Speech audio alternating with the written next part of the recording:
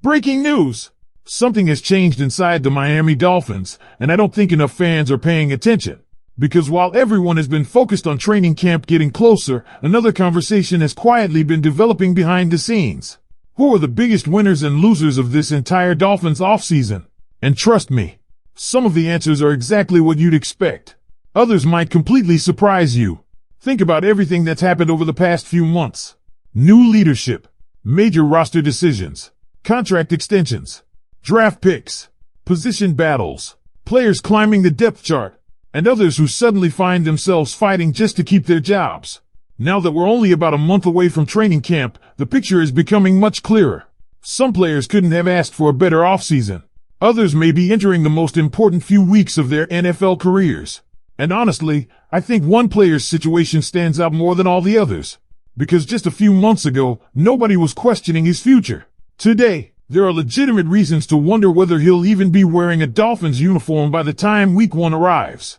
At the same time, another player has seen his future completely transformed. A new contract, a coaching staff that believes in him, a system built around his strengths, and expectations that have never been higher. If everything goes according to plan, this could easily become the biggest season of his career. That's why today's discussion is so fascinating. Because this isn't just about winners and losers. It's about opportunity. It's about confidence. It's about which players have positioned themselves to become cornerstones of this new era of Dolphins football, and which players may be running out of chances. Before we continue, make sure you've already smashed that like button if you're counting down the days until Dolphins training camp.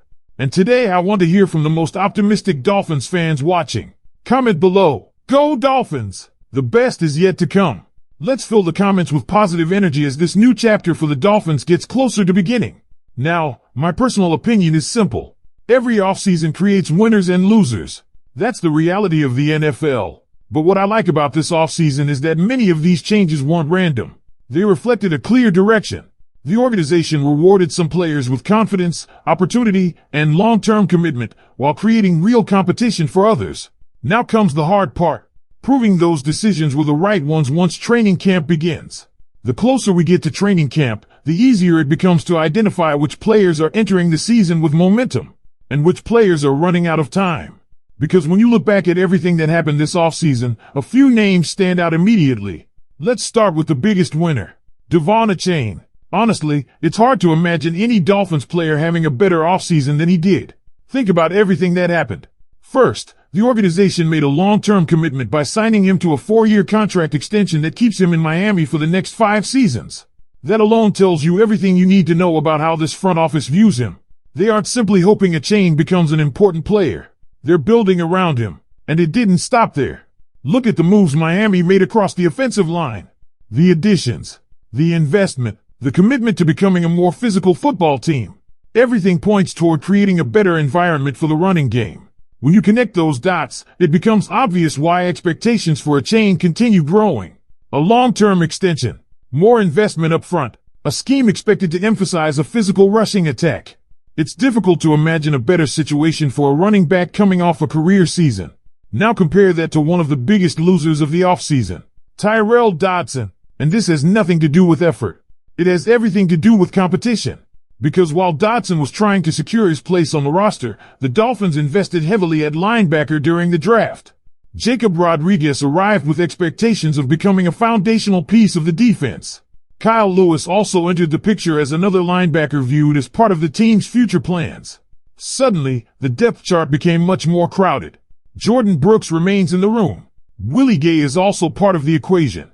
And now Dodson finds himself fighting through one of the deepest competitions on the roster. In fact, one of the more surprising ideas raised in the discussion is that Dodson could even become a trade candidate if another team suffers injuries at linebacker before the season begins. That's how quickly situations can change in the NFL. One offseason, one draft, one coaching staff, and suddenly a player who once looked secure is battling uncertainty. Then there's another player whose future suddenly feels much brighter. Chop Robinson. This may actually be one of the most important seasons of his career. Why? Because despite expectations that Miami might aggressively add another edge rusher, the organization largely stayed with the players already on the roster. That decision speaks volumes. It's a vote of confidence. The coaching staff has continued speaking positively about Robinson. The front office has continued showing belief in him. And perhaps most importantly, they've created an opportunity for him to reclaim his role as one of the building blocks of this defense. But opportunity also brings pressure. Because if Robinson takes advantage of it, the future becomes much brighter. If he doesn't, the conversation around his long-term future in Miami becomes much more complicated.